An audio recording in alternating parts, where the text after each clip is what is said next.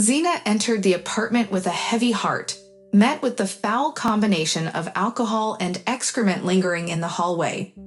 Recently, both her husband and his father had been drinking excessively, neglecting basic hygiene and decency. Despite the darkness, Zina could hear her father-in-law, Fyodor Stepanovich, grumbling with a drunken voice as soon as she stepped inside. Her husband, Vasily, was sprawled face down on the table, an empty sauerkraut plate serving as his makeshift pillow. A stack of something, possibly dirty dishes, lay haphazardly beside him. Zina felt a wave of disgust wash over her, not only at the sight of her intoxicated father-in-law and husband, but also at the disorderly state of the apartment that she never had time to clean. "I'm sorry, but we don't have any money for a bottle," Zina said firmly, her voice filled with internal conviction, addressing her father-in-law's demand for alcohol. "What did you say, you wretched woman?" Fyodor Stepanovich belligerently approached Zina, his threatening movements causing a bottle in his path to clatter loudly on the floor. Fyodor Stepanovich's eyes resembled those of a lifeless fish, devoid of any spark or warmth. "I said, there is no money for vodka," Zina repeated loudly and clearly, her resolve unwavering. "What do you mean, no money?" Vasily, with his slurred speech, tried to intervene momentarily, partially lifting his head before collapsing back onto the table. His fists clenched, Fyodor Stepanovich's face contorted with a drunken, aggressive hatred. He advanced towards Zina, raising his fist threateningly. Zinaida swiftly dodged, narrowly avoiding the blow as she pushed the intoxicated man away from her. He stumbled and fell, flailing his arms and legs like an overturned beetle desperately trying to right itself. Determined not to witness the outcome of this chaotic scene, Zinaida hastily made her escape through the door. Along the bustling streets, people hurriedly ran errands and purchased ingredients for their evening meals. Meanwhile, she sat alone on a bench in the courtyard, clutching a worn-out bag tightly, her gaze wistfully fixed on the house that had once held precious memories, now a haunting nightmare due to the perpetual debauchery of her father-in-law and husband. They suffocated her existence, leaving no room to breathe. The mere thought of the upcoming weekend filled her with dread and despair. Did this house ever truly feel like home? Zinaida pondered quietly to herself.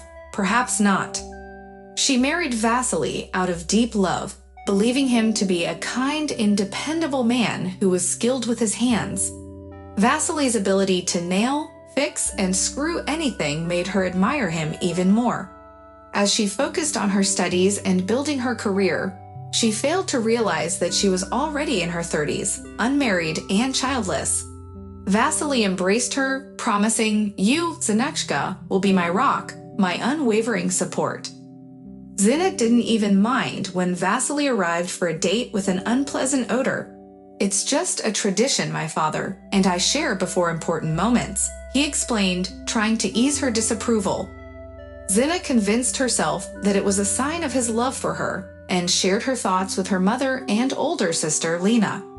However, her mother was not pleased with Vasily's behavior and saw it as a lack of respect for their family. "Daughter, it's not just being worried, it's a real disregard for you and all of us," her mother exclaimed when Vasily and his father came to meet with the bride's family, clearly under the influence.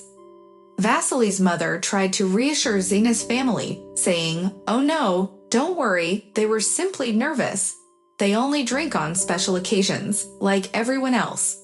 After a heated argument with her mother and sister, Zina married Vasily and moved in with him and his parents. It didn't take long for her to realize that special occasions were quite frequent in their household. In the beginning, Vasily and his father only drank on the weekends, from Friday to Sunday. Over the weekend, Zina and her mother-in-law tirelessly cooked for the two intoxicated men, fearing that without appetizers, they would become completely wasted. Zina couldn't help but feel that her mother-in-law, Varvara Petrovna, saw this as a normal way of life. As Monday rolled around, the weekend seamlessly merged into the rest of the week. Vasily had lost his job due to excessive absences, forcing Zena to find a part-time job herself after the previous office cleaner had resigned. She had to fight for the position and snatch it away forcefully. "Zanaka, what do you lack? You have a decent salary," wondered the personnel inspector. "My mother-in-law needs medical treatment," Zena blurted out, grasping for an excuse. Zena fought for her husband because she loved him. She urged him to move out and rent an apartment, but he always refused, claiming, "I can't leave my parents." In reality, Zena started to understand that Vasily was content with such a life. A year ago, Varvara Petrovna passed away. Zena went to work and returned to find her mother-in-law gone.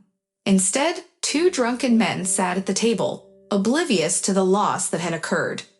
Zena desired to escape from this situation.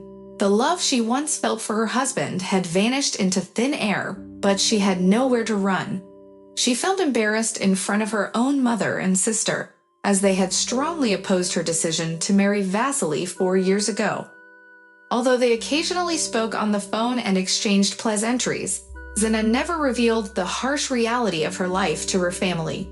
She never visited them either. Where can I go like this?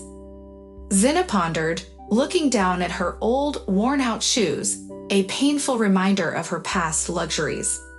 "Grandma, do you know where Reliva 17 is?" a young woman asked her. Zenaida, at the age of 35, couldn't help but think, "They already call me grandmother. That's what I've come to." Despite her thoughts, she raised her head, recognizing something familiar in the woman's voice. In the dim twilight, it was difficult to see clearly, but the figure and the voice seemed familiar. Hesitantly and surprised, Zenaida asked, "Lenka, is that you?" The woman seemed taken aback by the surprise, but quickly approached Zenaida with a quick step. "Zinka, why are you sitting here? What's wrong? My mother and I have been worried sick about you. She calls me every day, asking me to find you. She says she has bad dreams about you. I guess it's not for nothing." Lena looked at her sister attentively and understandingly. "I've never been here before. I found you," she continued, sitting down next to Zenaida and pulling her close. "Well, tell me." Zenaida burst into tears as she shared her story of the past 4 years. She spoke of the hardship and how she had no time for herself, constantly sacrificing her substantial salary to feed 2 drunken men.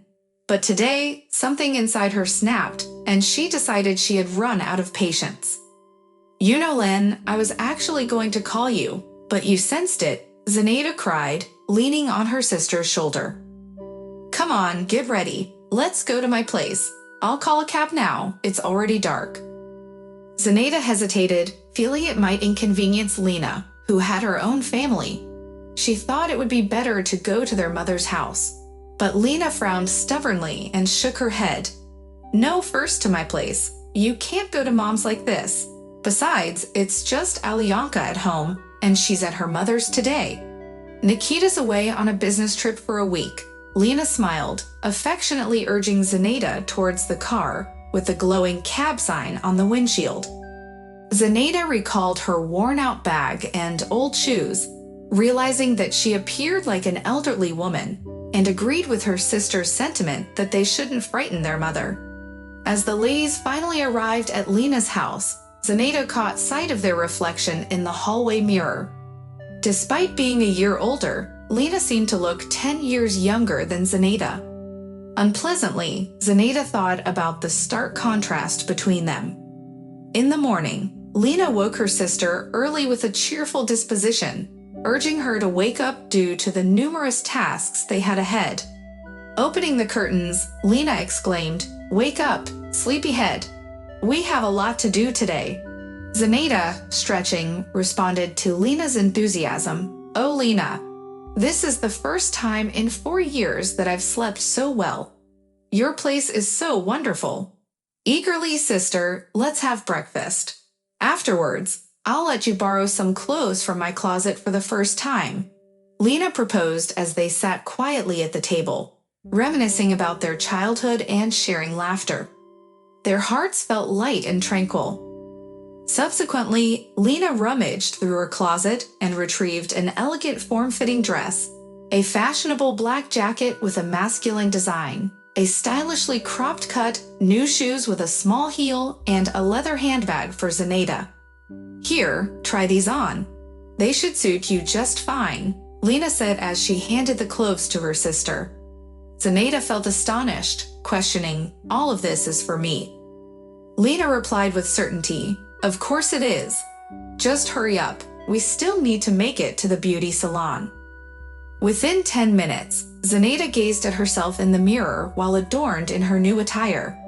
"What a delight to have something new, especially when I haven't bought anything in years," she thought, feeling joy and satisfaction as she observed her reflection.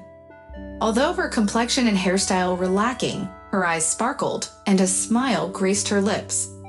"Oh, Zinka, my goodness, you look absolutely stunning," Lena, who had entered the room, exclaimed in admiration. Lena had been rushing her sister since early morning for a reason.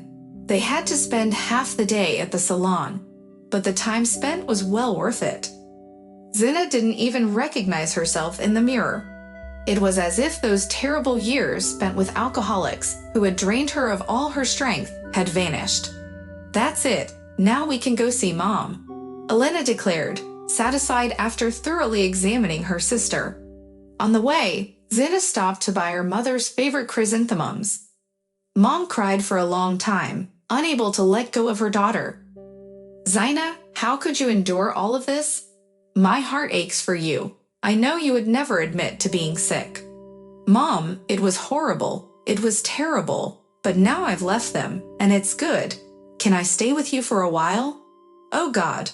"Daughter, what are you asking? This is your home." Surprisingly, Zina felt happy. It was as if a heavy burden had been lifted off her shoulders. She could finally live her own life without serving her drunken husband and father-in-law. When Zina returned to work, she immediately refused to work as a cleaner. "Has your father-in-law gained weight?" someone in the personnel department asked. "Yes, he's completely and permanently cured," Zina grinned. As she rushed to the store to quickly buy dinner ingredients, Zina couldn't help but observe how many people were in a similar rush to get home to their loved ones. It made her reflect on the happiness that often goes unnoticed in everyday life. She picked up ordinary items like cottage cheese, sour cream, and kefir, knowing that her mother awaited her at home with her usual questions about her day and mood. This had become their routine for the past month, and Zina had grown accustomed to this normalcy, assuming it would last indefinitely. But today was different. Zina's salary had just been transferred to her card, and she wanted to celebrate by having a small dinner with her family, her mother, sister, brother-in-law, and niece. With a smile on her face, Zina stepped out of the office into the sunny day, ready to embrace the occasion. However, she was taken aback when she spotted her husband, Vasily, waiting for her just outside the door. He appeared disheveled and intoxicated, seemingly scanning the faces of the passers-by. Zina's heart sank, preparing for a confrontation, but to her surprise, Vasily didn't even recognize her. She walked past him, leaving a trail of her new perfume, while he continued searching the crowd of women leaving the office. Relieved, Zina let out a sigh and thought to herself, "Well, let him wait for an old woman in worn-out shoes." Glancing at her watch, she realized there was still enough time to file for divorce. At her age, she believed that life was just beginning anew. An hour later, filled with happiness and contentment, Zina found herself at the supermarket, selecting the finest wine to celebrate the occasion. Lost in her thoughts, she was interrupted by a stranger who couldn't help but compliment her beauty and apparent joy. Smiling mysteriously, as if she knew something others didn't, Zina walked away confidently, aware that there was so much more ahead of her in life.